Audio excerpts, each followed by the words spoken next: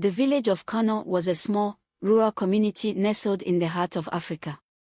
It was a place of vibrant colors, rich traditions, and warm hospitality. The villagers lived simple lives, farming the land, raising animals, and trading goods with neighboring villages. Aisha was a young girl who lived in the village of Kano. She was a bright and curious child, with a mop of curly black hair and a smile that could light up the darkest of rooms. Aisha loved to explore the village, playing with her friends, and helping her mother with the household chores. But Aisha was different from the other children in the village. She had a special gift, the gift of sight. Aisha could see things that others couldn't, things that were hidden from the naked eye. She could see the future, and she could sense the presence of spirits. One day, Aisha saw something that made her heart skip a beat. She was playing in the village square when she suddenly felt a chill run down her spine. She looked around, but she couldn't see anything out of the ordinary. And then, she saw a vision of a great storm cloud approaching the village. The cloud was dark and foreboding, with lightning flashing across its surface. Aisha knew that the storm was going to be powerful, and that it was going to cause destruction and chaos in the village. Aisha knew that she had to warn the villagers about the storm. She ran to her mother, telling her what she had seen. But her mother was skeptical. She didn't believe that Aisha's gift was real. "Aisha, you're just a child," her mother said. "You don't know what you're talking about." Aisha tried to convince her mother, but she wouldn't listen.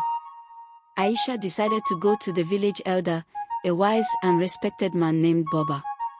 Baba listened to Aisha's warning, but he was also skeptical. He didn't believe that a young girl like Aisha could have the gift of sight. "Aisha, you're just a child," Baba said. "You don't know what you're talking about." Aisha tried to convince Baba, but he wouldn't listen. She decided to go to the villagers, to warn them about the storm. But they didn't believe her either. "Aisha, you're just trying to get attention," one of the villagers said. "You're just a crazy child." Aisha tried to convince the villagers, but they wouldn't listen.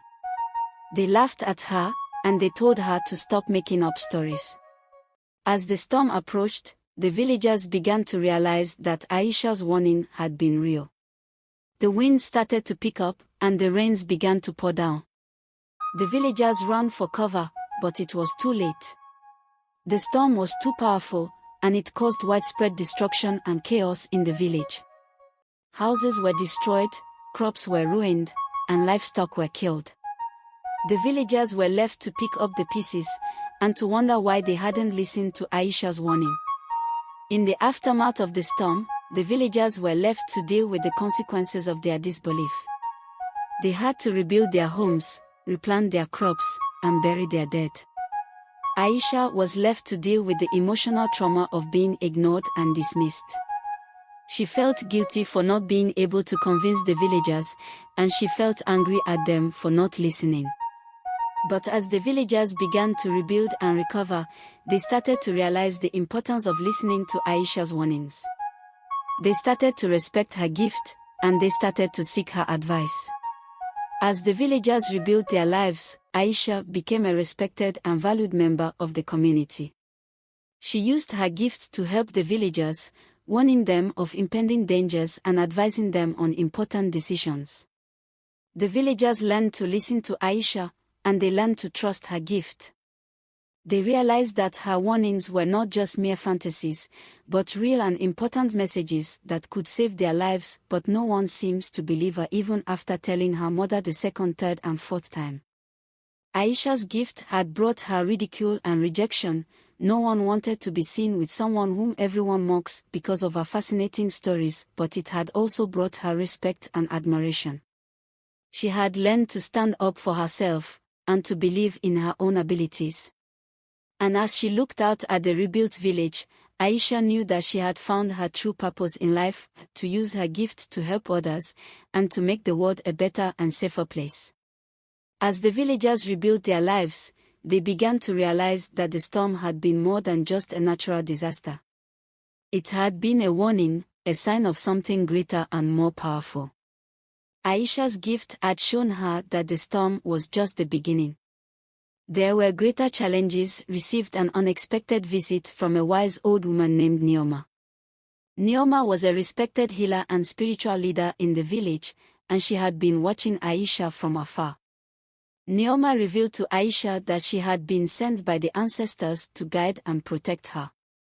She taught Aisha how to harness her gift and use it for the greater good.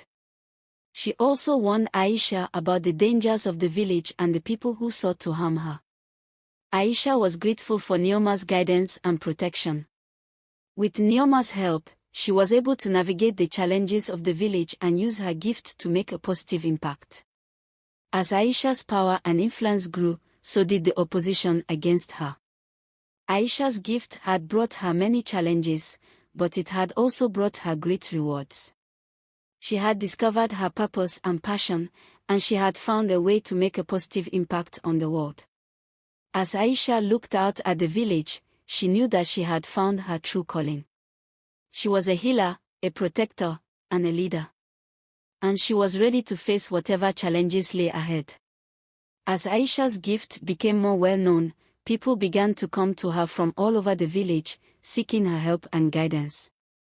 Aisha was happy to help, using her gift to assist those in need.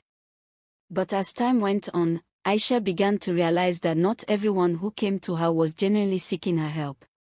Some people had ulterior motives, and they saw Aisha's gift as a way to make money. One of these people was a wealthy merchant named Omari. Omari had heard about Aisha's gift and saw an opportunity to use it to his advantage. He began to visit Aisha regularly, asking her to use her gift to help him make business decisions. At first, Aisha was happy to help Omari.